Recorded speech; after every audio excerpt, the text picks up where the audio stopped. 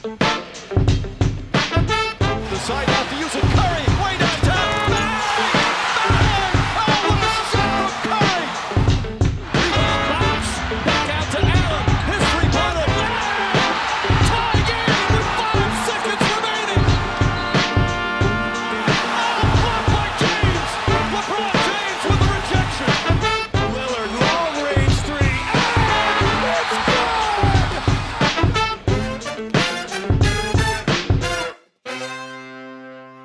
Hey guys, welcome back to the Nothing But Action podcast. I'm your host, as always, Brodie, and I'm joined once again with my co-host, Jordan. How are we, mate? Oh, mate, it's good to be back. The podcast with the best intro on the internet.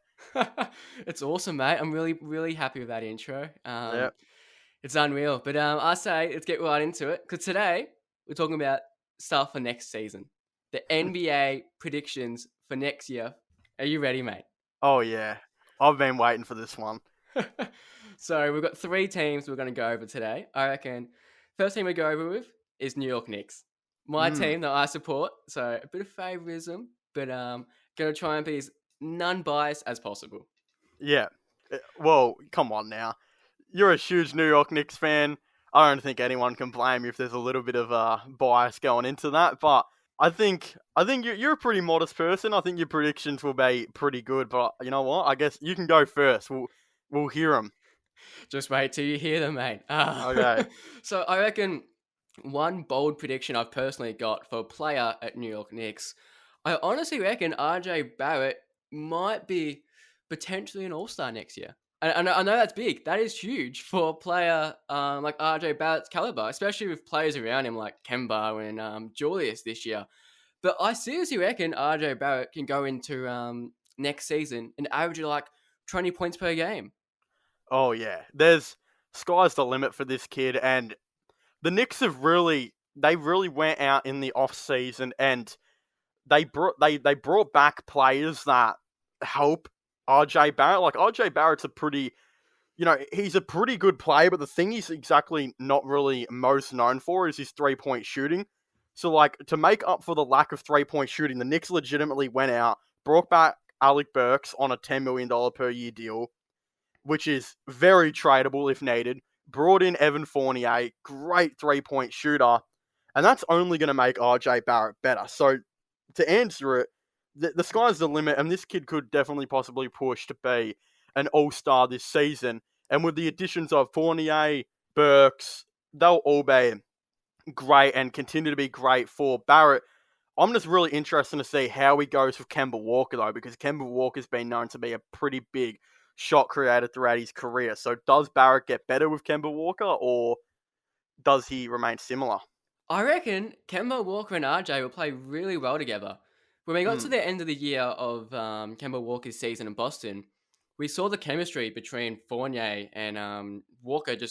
They played really well together. It seemed like when they were on the court together, they knew where each other were at all times, and Kemba killed it. Kemba actually played really well with Fournier. He averaged like 27 points per game.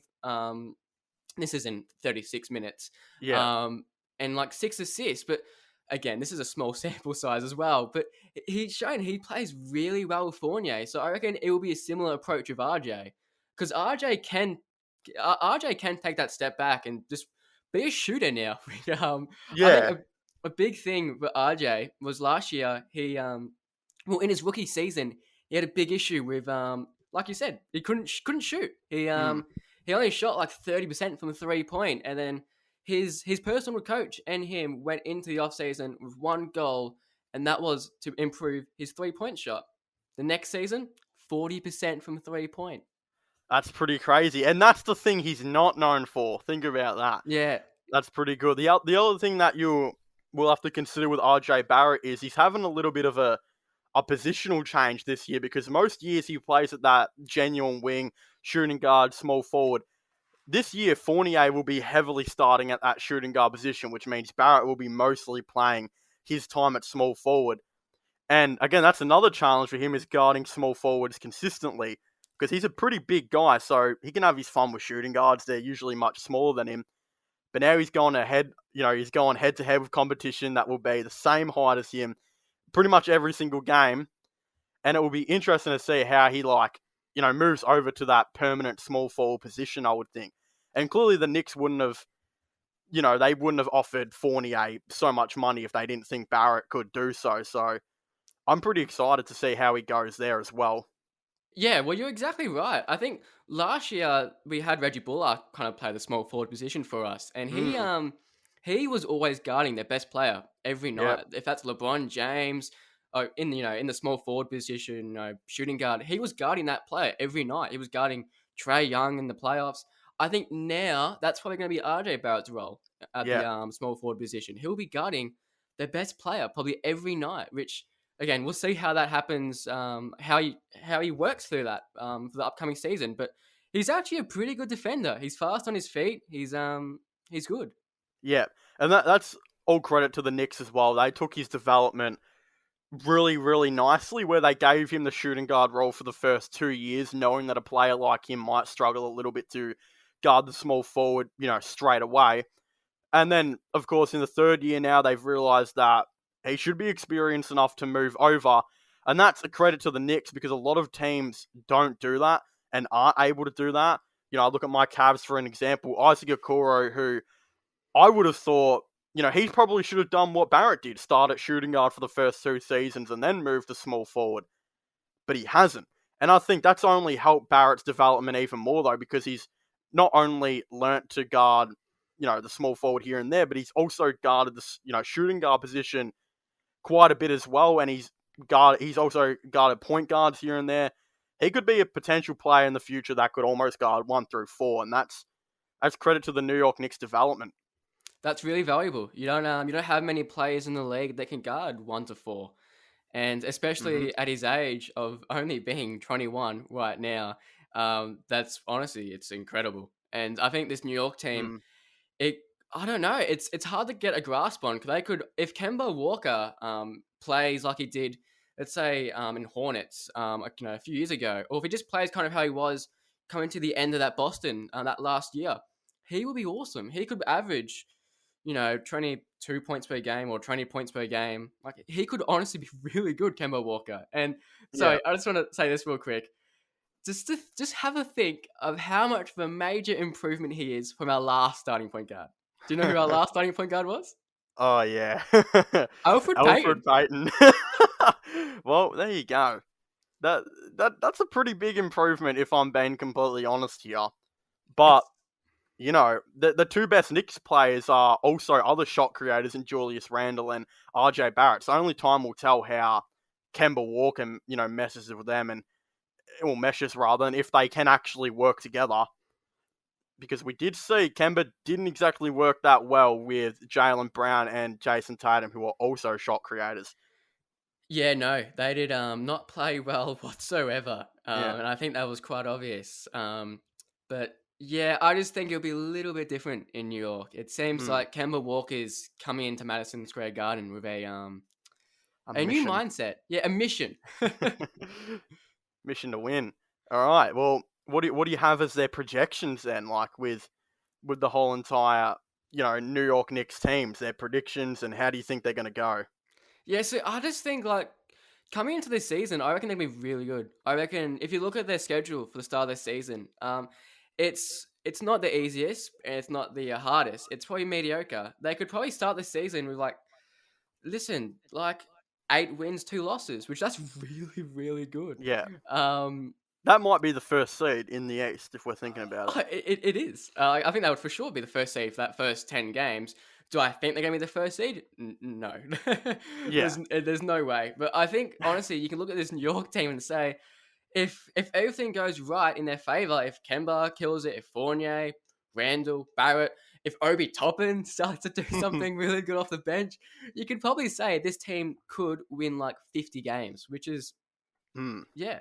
Well, that's where I had them at. I originally had them at 50 wins, which would be 9-7 more than last year or whatever, which is that's a huge difference if we do think about it. But I think the issue is so many other teams in the East have improved this year, like Chicago.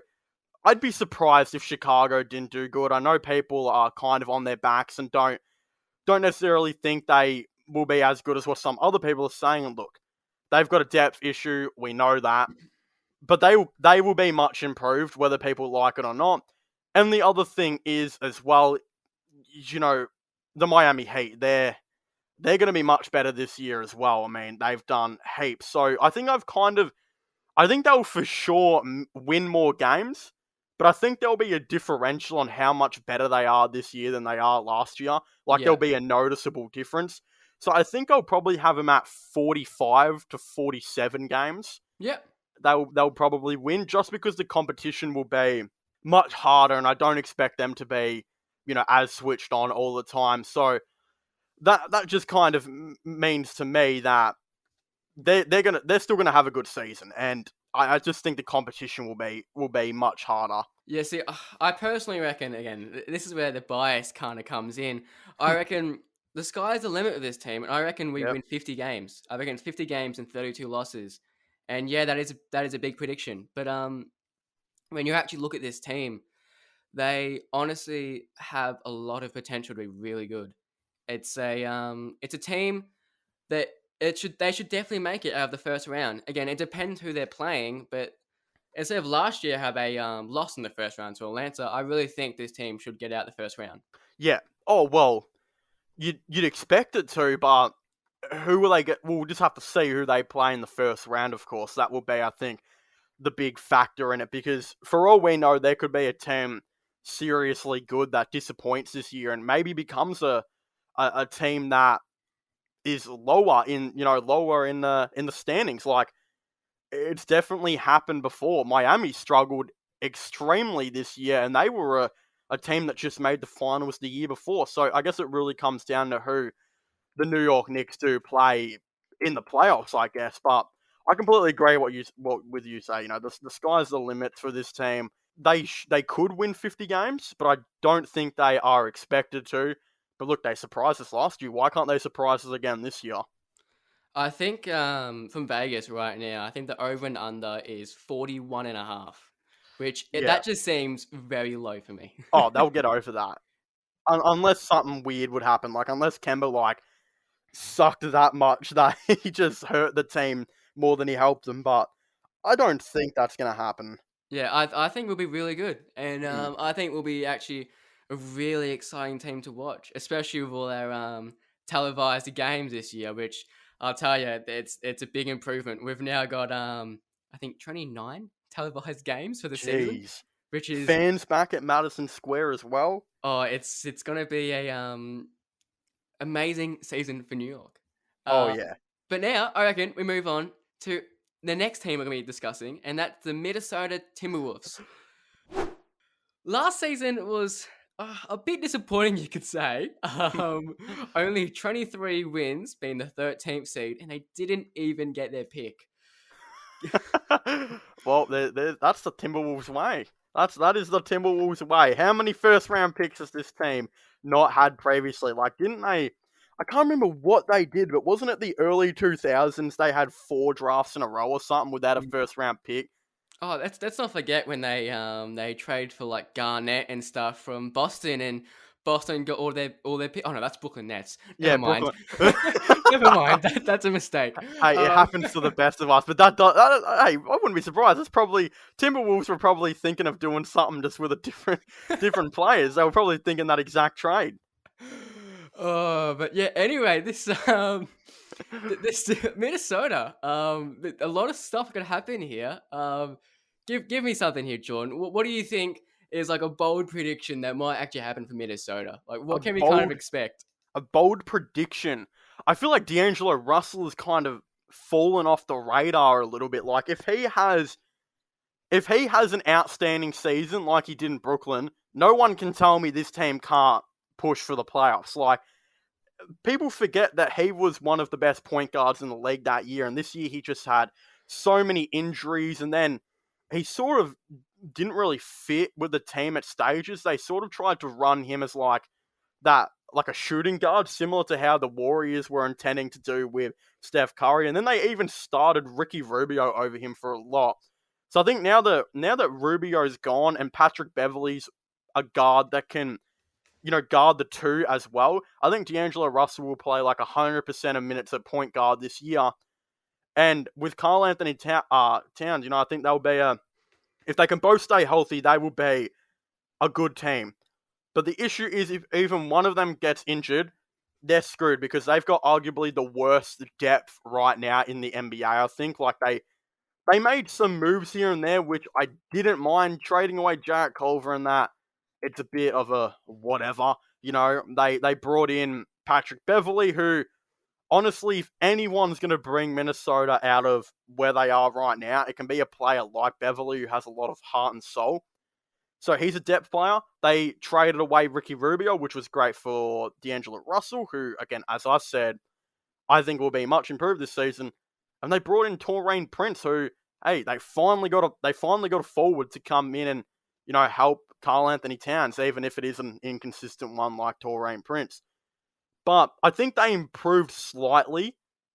But that's not to say their depth improved, so much. Like, their depth is still pretty bad, if you know what I mean. Yeah, well, you're exactly right. If Karl Anthony Towns goes down with an injury, or D'Angelo Russell, or just one of those, or even Anthony Edwards, part of that kind of big three, they don't really have anyone to really replace them. That bench is pretty god awful. Can I give you a little wager right now? What's this? I'll give you $10 if you can name who their backup center would be if Naz Reid started. Oh, there's absolutely no chance I could. They've got Ed Davis. Oh, hey, Davis isn't too bad. Well, there you for go. New York. They've got Ed Davis. He came from he came from He Utah played for Jazz. Utah, yeah. Came from Jazz, and then Knicks trade for him, and then we flipped Ed Davis for a pick to Minnesota. Like, yeah. Well, the thing is too, I actually stand corrected here. Their depth might have actually gotten worse. Like, they brought in Beverly, right? Yeah. And they brought in Taurean Prince, but they traded away Rubio, Culver, and Hernan Gomez, who, don't get me wrong, are not good players, but, if even one of Beverly or Prince got injured, then, wow, they're in a bit of strife here. Hey, a bench is a bench. They don't have to be amazing. They're going up against bench players more often than not. They just have to be able to do something good. And when you look at this Minnesota's bench, you kind of have a bit of a deep look and, well, what are they actually good at? Well, like, their seventh man is Jake Layman. Oh, there you go. Like, that's just, it's their bench is awful. But one thing I can say, I think Timberwolves did really well was they actually acquired some pretty good defenders, elite. Patrick Beverley, I would say, is probably almost an elite defender with his hustle. Oh, yeah. He gets under your skin, That's what you kind of like out of certain players. Yeah, and I think Prince is actually not a bad defender as well. He's not too bad. Like, Prince isn't... Yeah, like... So at least they got some defense, because... bloody hell, I'll tell you this much. They're going to need it with Karl Anthony Towns and D'Angelo Russell playing. Well, Taurean Prince he's an interesting one, because as a Cavs fan, I got to watch him last season and see, what the player he is, and he's a weird guy, because some nights he'll do well at guarding the small forward, and some nights he'll do well at guarding the power forward, but when he's doing well those nights, usually he struggles so much to guard the other position. So I think it's just what position is he? Because I would imagine they've brought him in to start him at power forward, and Taurean Prince can be an alright perimeter defender. That's what he's known to be. But his interior defense for the Cavs last season was pretty bad, And I don't know. Well, it's just a question of what are they wanting out of Taurean Prince? Who do they want him to be? Because if they want him to be the genuine power forward, the guards power forward like every single night, I don't know if he can do that. Yeah, well, you know more than me. You had Prince for a whole year. But I think realistically, like you said, they're going to want Prince as the 4. Yeah.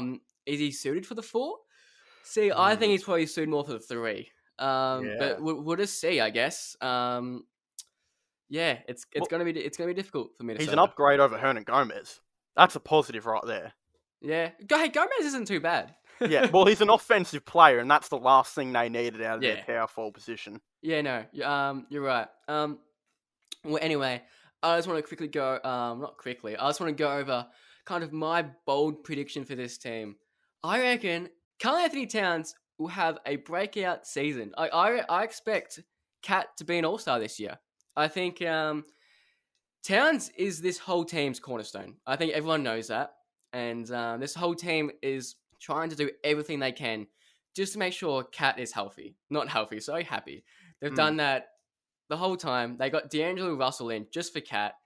It's but the big issue for Cat is injuries. He's only played 85 games over the past 2 seasons, which is really, really bad. Yeah.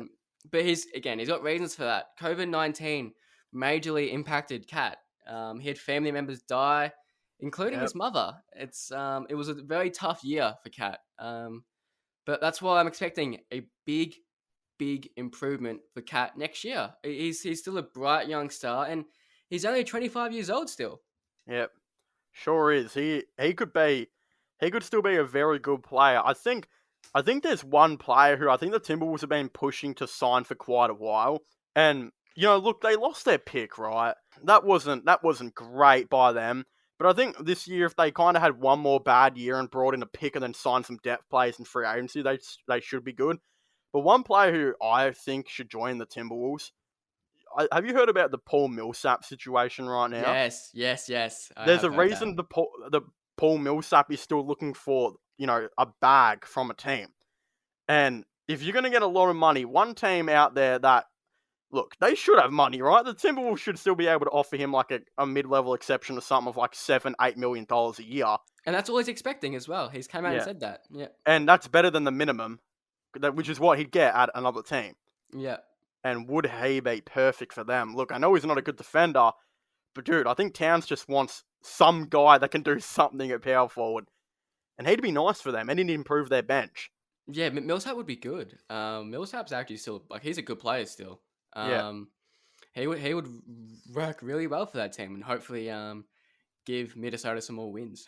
Yeah, and if they can't give him the mid-level exception, another player that's been really weirdly chased a lot this offseason. He recently actually just held a workout, which many teams went to, and that's actually Isaiah Hartenstein, who showed a lot of signs on the Rockets, and then he came in for the Cavs and played some good basketball towards the end of the season. He's knocked back every offer, I believe, that has been like a couple million a season. So would he be a nice backup big for the Timberwolves, who don't have much depth here and there? He could be. How many games did he play for Cleveland? Dude, I don't even know. I just remember him being he was a good passer.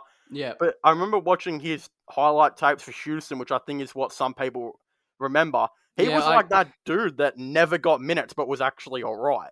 Yeah, I know a little bit about him from Houston, but again, I don't really know much about him, to be honest. Didn't even know he played for Cleveland. Yeah. But yeah, listen, he could be alright.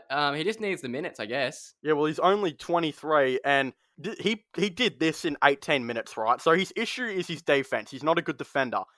But in 18 minutes offensively, he put up 6 rebounds and 8 points on 2.5 assists per game. Oh, and a block. And he did that in 18 minutes. That's pretty serviceable. That's why he's knocked back deals. Yeah, well, that's better than serviceable. That's actually really good. That's awesome. Yeah, listen, he could be pretty good for Minnesota, especially behind Cat. Yeah, and they're not too convinced on Naz Reid right now. I don't think many people are. Yeah.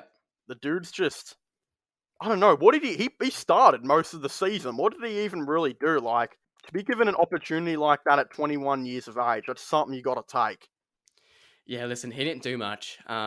He was not very good at all. I think it's going to be, if you're a Timberwolves fan out there, which there aren't too many that I know of, but hey, it could be a very exciting season for you guys. You're a team that could do really well and potentially be a playing team, or you could stink and be a bottom 3 team. I think it's a cool stat to look at real quick that I've got up. The Timberwolves, they actually had a record of 13 wins and 11 losses last season when Cat and D'Lo both played. And it's not like they were just beating crappy teams. They beat Utah Jazz, Miami Heat, Golden State. They were beating good teams. Yeah, well, that's something we can look at. But then, sometimes when we look at stats like that, NBA fans won't know this, but do you remember Carlton 2 years ago when they had like 11 games of Teague or something, Zamet? They won 6 games and lost 5, and everyone was like, Carlton are back, you Yeah, you know? can't. You've really got to be careful when you're going off these Mm, very tiny portions. Because mm. you can't really go off it. I saw a But bloke at the dog wash the other day that had a Timberwolves hat on. oh, really? Well, so Yeah. there we go. There, Minnesota do have fans, ladies and gentlemen. I sat in the car and I said, what the hell did I just witness? Oh, well, anyway, I'm just going to get to the point. So, what I think this team will be, I reckon this team will probably be a playing team. I reckon I've got some, not high expectations. I've actually got pretty low expectations, but I do think this team can be pretty good if they all stay healthy. Mm. Especially with Anthony Edwards being there now as well, which he can go out there and get you some buckets. So I think for this team, I'm going 35 wins and 47 losses. Wow. Wait, can you repeat that, Zamet, for the guys in the back? 35 wins and 47 losses. It's not even too bad, you know. Like, if everyone stays healthy, why can't they perform like that? There's literally no reason why they shouldn't be able to. I know Yeah. this team has no defense. Don't get me wrong, but we can't just forget how good Cat and D'Lo are. Like, Yeah. as long as they're healthy, they should be at least above average. Hmm. Well, dude, it's so hard because we're really judging on, like, who can stay healthy and who can't, you know? Yeah, If it's if the Timberwolves are unhealthy, and considering they just won 23 games and the competition has got much better all over the, you know, whatever conference you're in. I guess the West didn't improve as much as the East, I wouldn't think, but it's still all right. I think that they'll win 27 or 27 to 28 games probably if they have some injuries here and there. But I think I don't know, maybe what you're saying about 35 games or so yes. if they do not have any injuries. So I just think what we're going to think about, because this year they won 23 games, which that was with a 72 game season as well. So we're putting an extra 10 games on Oh, as well. We can't forget about that. okay. And then yeah, we should be expecting some sort of improvement. This team wasn't healthy last year, so I'm putting the extra games improvement. So yeah, I'm giving them 12 extra wins, which is quite a lot. It is Mm, quite a lot, but I just think that this team should do at least above average if they're all healthy. yeah. I completely forgot about that, so I'll have to like kind of agree with you here. Is the playing tournament still around, or are they canned that? No, they've kept it. Even Oh though wow. LeBron was complaining about it, they've still kept it. Look, I don't usually agree with the crybaby, but I don't really like the playing tournament. I don't think it's that good. I think it's cool, man. I think it's different. It's unique. Yeah.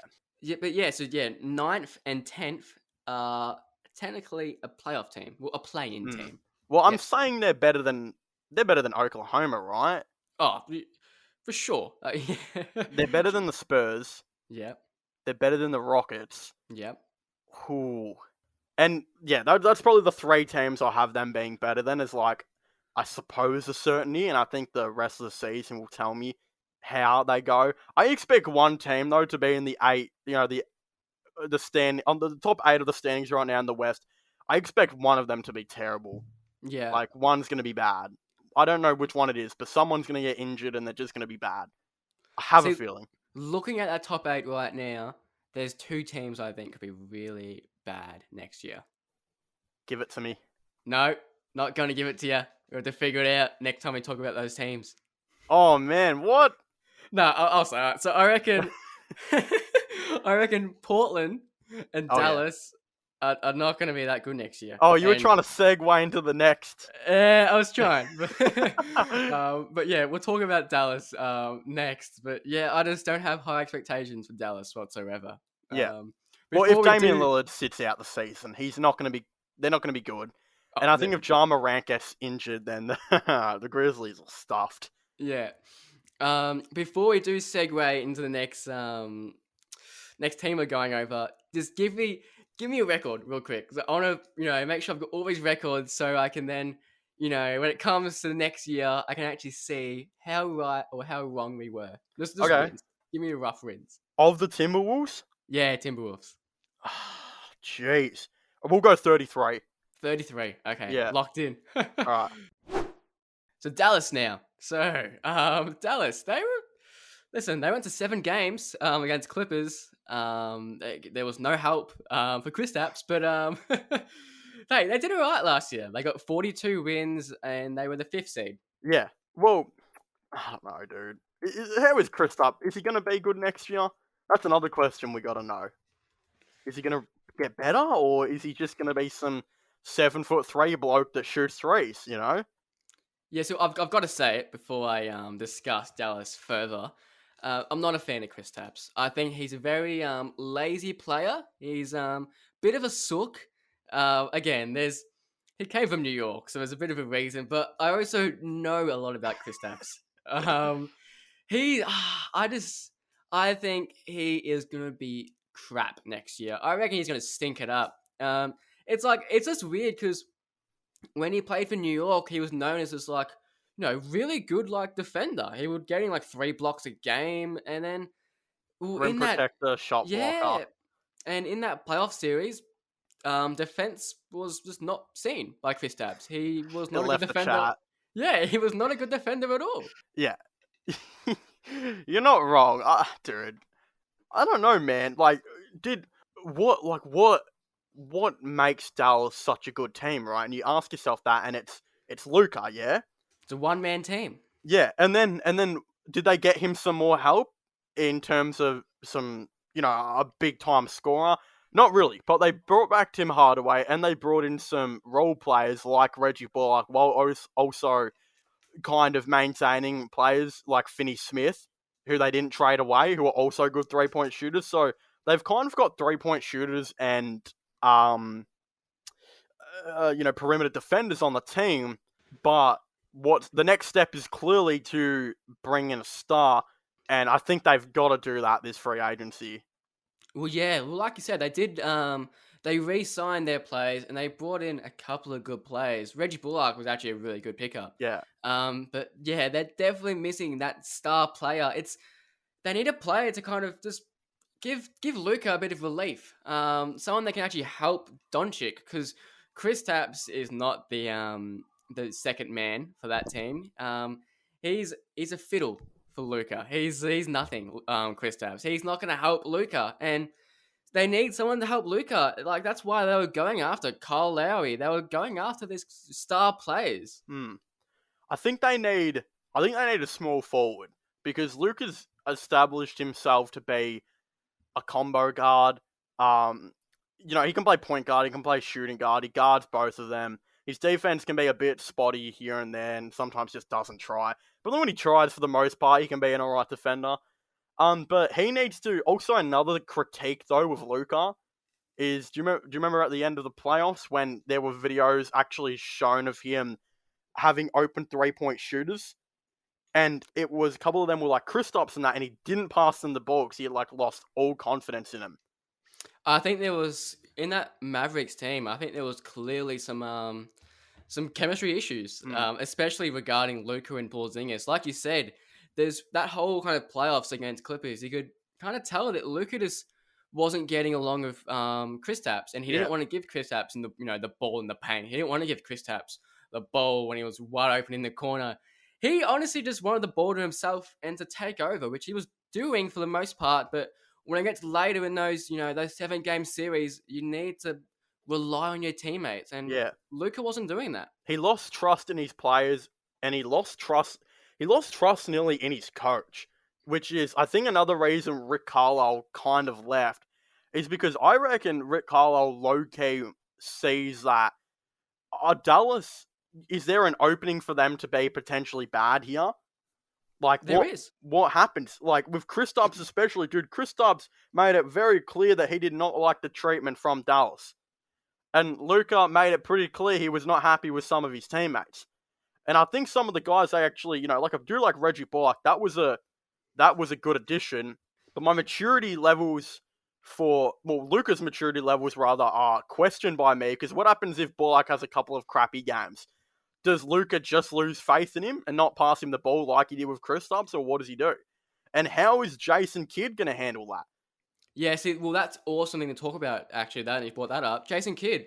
It's going to be very interesting to see how he coaches, Luka and the whole Dallas. Because we all know, I'm assuming you saw the big story that came out about Jason Kidd, how, the last team he coached, how, like, he was very strict. He made them train on Christmas Day. Mm, He's a very strict coach. And I don't know. I'll be curious to see how he coaches Chris Tapps, and all yeah. that stuff. Like, how's he going to go with it all? I'd like to see if he's going to be fully strict and like Luka, his maturity levels come into it and he be his little baby or something. I'd like to see him slap him in the face and go, Rick Carlisle handled your crap, and then he ended up leaving. I'm not going to handle it. Yeah, You're going to do what I say. Because, dude, Dallas fans, there's two Dallas fans in this world. There's the ones that love Luka so much, and there's the other ones that know he's got some maturity issues. yeah, And they seem to be the mature Dallas fans. And they know, though, and I think they're looking for a big season out of Luka. I think Luka won't win the MVP until he sorts it out with his team and like Kristaps and stuff like that. Because he can't be having dead open players like Kristaps and not passing it to them.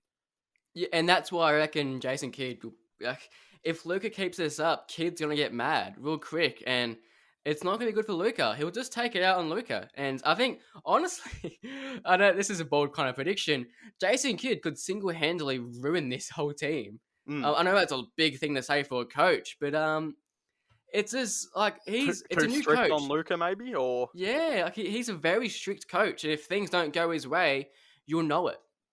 yeah. Well, yeah. I don't know. I don't think this will be a season where Dallas they're not going to be bad, but I don't think they're going to be great. I could still see them being like a 5th seed, but I think they'll kind of just like float around like they did last year, last year at the start of the year they struggled to be in the playoffs, and then towards the end of the year they kind of got that spot. Yeah. But Luka's going to be even better in the off season. But did you see him for FIBA when he played against Australia? Yeah, he was Oh man, did he against carry on? against Australia. He wasn't that good at all, to be Mm. honest. And yeah, he carried on. He was a crybaby, just like Chris Tapps. Yeah. So you're telling me their two best players are crybabies? Yeah, it's like just they got LeBron James and LeBron James Jr. over there. It's just I don't know, man. It's like I know Chris Tapps. Like, trust me, he's a sook. Yeah. He's got, for the people that don't know, his actual agent is his brother. And if his brother doesn't get, things exactly how he wants them, there's issues. Like, they had to like bribe him when he came to Dallas. When he came to Dallas, they pretty much just had to give the brother anything he wanted, so he would just shut up and say out of the media. Yeah. It's gonna be man, it's gonna be interesting to see how Dallas go this year. What are your projections? See, I've still got them doing like pretty good. And I think the main reason because of that is this: you gotta give Luka his respect. He's gonna be an MVP player soon. But again, I think this record could go really good or really bad. I don't have high expectations for Dallas, but I still can't see them not improving. With the addition of 10 games. Mm. So yeah, currently I got him for 45 wins and 37 losses. Yeah. I think they'll probably float around there. I don't necessarily know if I have them as a specific seed yet. I mean, as a specific win-loss ratio rather. But I do think their seed, I think they'll be a 5th seed again.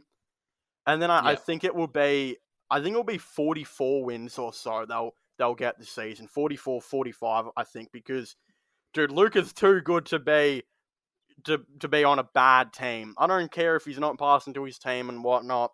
Their record's still going to be pretty good.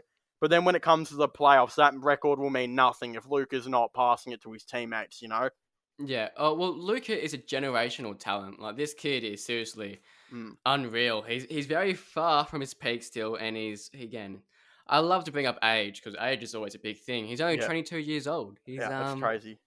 He's going to be unreal, and he's already cemented himself as like one of the best players in the whole league. he could have an MVP season next year and no one's going to be surprised. He's already had MVP seasons. He just Yeah. didn't win it, of course. And for those listening at home, I'd just like to clarify, we're not saying that he's not a good passer.